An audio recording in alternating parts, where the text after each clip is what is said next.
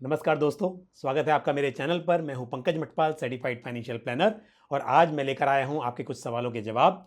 तो शुरू करते हैं सवाल जवाब का सिलसिला और लेते हैं पहला सवाल जो पूछा है ललित सरोगी ने। ललित का सवाल यह है कि वो जब भी म्यूचुअल फंड्स में इन्वेस्ट करते हैं तो उन्हें सेम डे की एनएवी नहीं मिलती है। ललित, म्यूचुअल फंड्स में एक कट ऑफ टाइम होता है इक्विटी और डेट के लिए।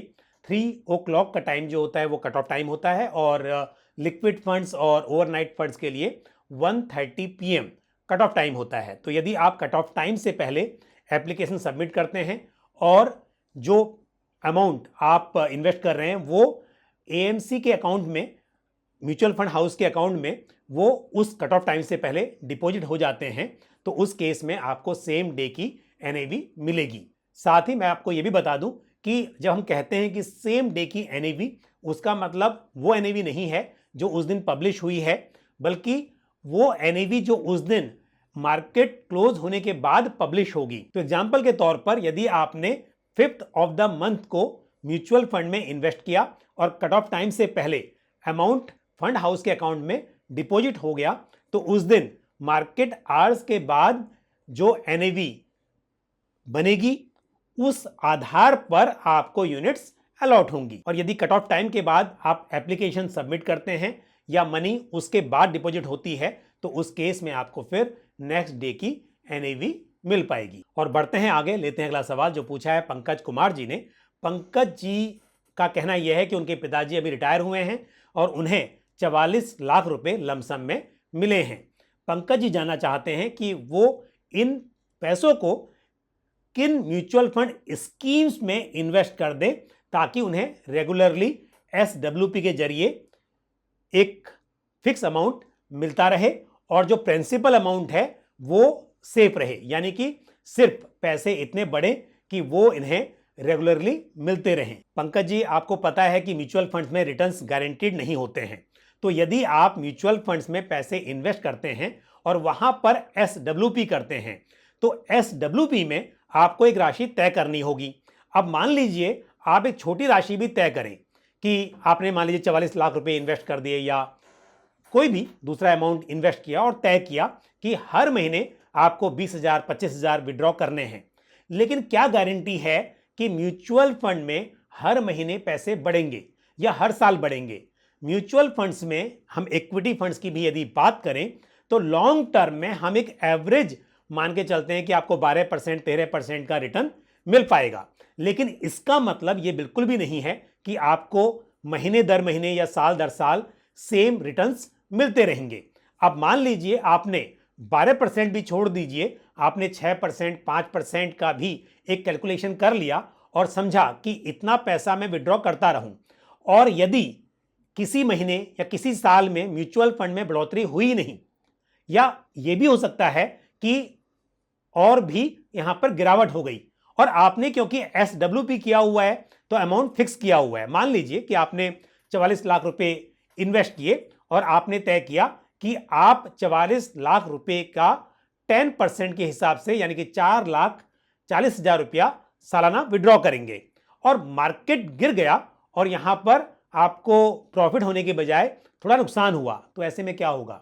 आप तो बात कर रहे हैं कि आपका जो प्रिंसिपल है वो सेफ रहे, और हो ये रहा है कि वैसे भी मार्केट में गिरावट आई जिसकी वजह से आपका जो प्रिंसिपल अमाउंट था वो तो कम हुआ ही, और साथ में आप उसमें से विड्रॉ भी करेंगे क्योंकि आपने एसडब्ल्यूपी की है, एक फिक्स अमाउंट तय कर लिया है। तो ऐसे में ये कह पाना कि आपका प्रिंसिपल सेफ रह पाएगा, ये नामुमकिन है। होना ये चाहिए कि जब भी आप एसडब्ल्यूपी के लिए प्लानिंग करते हैं तो पहले एक लमसम राशि इन्वेस्ट करें, कुछ साल के लिए, जैसे कि 5 साल 6 साल के लिए उसको बढ़ने दें।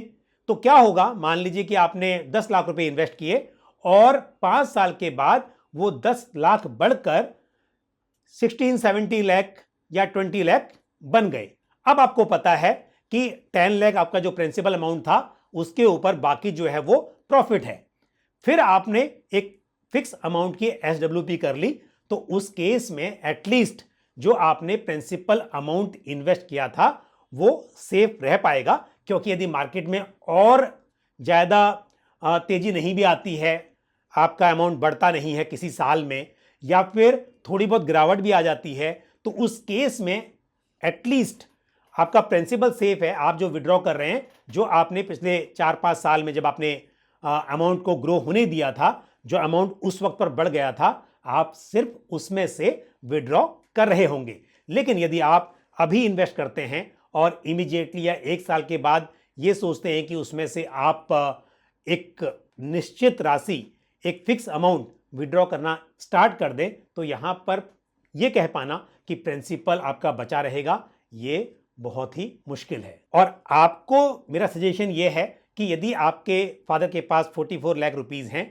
तो उन्हें इन पैसों को इस तरह डिवाइड करना चाहिए कि कुछ पैसे इस तरह की स्कीम्स में जहां पर फिक्स रिटर्न मिलता है, जैसे कि प्रधानमंत्री व्यय वंदना योजना या सीनियर सिटीजन्स सेविंग्स स्कीम, इस तरह की स्कीम्स में वो कुछ पैसों को इन्वेस्ट कर दें और वहां से उन्हें रेगुलर कैश फ्लो मिलता रहेगा, रेगुलर इनकम आती रहेगी। और साथ ही कुछ पैसों को म्यूचुअल फंड में इन्वेस्ट कर दें। जैसा मैंने कहा कि 4-5 साल के लिए आप इन्वेस्ट करके उन्हें छोड़ दीजिए, तो 4-5 साल में वो पैसे बढ़ेंगे और तब वहां से भी आप SWP कर सकते हैं।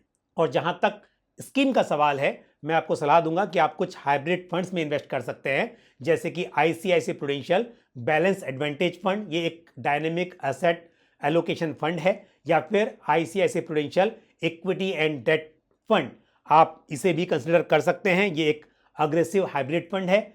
इसी तरह से SBI इक्विटी हाइब्रिड फंड या कैनरा रूबिको इक्विटी हाइब्रिड फंड, इन फंड्स में आप पैसों को इन्वेस्ट करें, कुछ साल के लिए उन्हें बढ़ने दें, उसके बाद आप SWP सेटअप करें। और क्योंकि सेकंड सवाल का उत्तर मैंने विस्तार से दिया, तो काफ़ी लंबा इसका उत्तर है, तो अब मैं इसके बाद सिर्फ एक ही सवाल और लूँगा, और वो सवाल है मिस्टर AK जायसवाल का।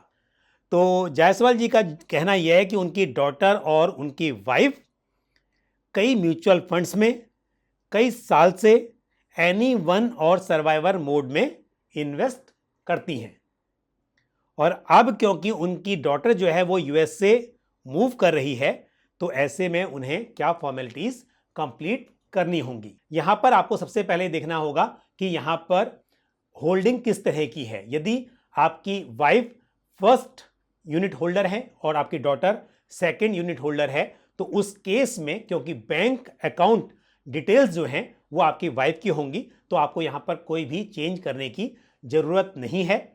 हाँ, आपको KYC अपनी डॉटर की अपडेट करनी होगी एक बार जब वहां पर रहने के बाद वो NRI स्टेटस एक्वायर कर लेंगी।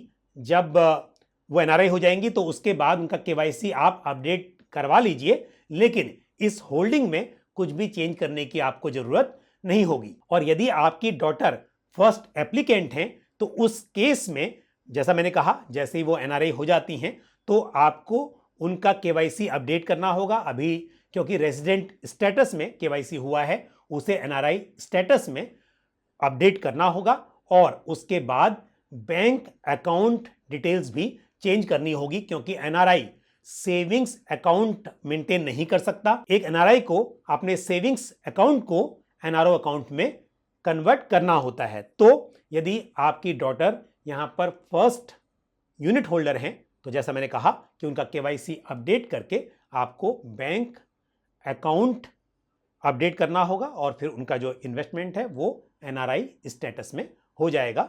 और NRI में NRE और NRO दो तरह के बैंक अकाउंट होते हैं, लेकिन क्योंकि उन्होंने इंडियन मनी से इन्वेस्टमेंट किया हुआ है, तो उनके लिए यहां पर NRO स्टेटस एप्लीकेबल होगा। तो आज के लिए बस इतना ही। मुझे उम्मीद है ये जानकारी जो मैंने आपके साथ शेयर की आपको पसंद आई होगी। वीडियो को लाइक करना और शेयर करना ना भूलें, और साथ ही आपका कोई सवाल हो या कोई सुझाव हो तो आप कमेंट बॉक्स में पोस्ट कर सकते हैं। मुझे दीजिए इजाजत। Thank you.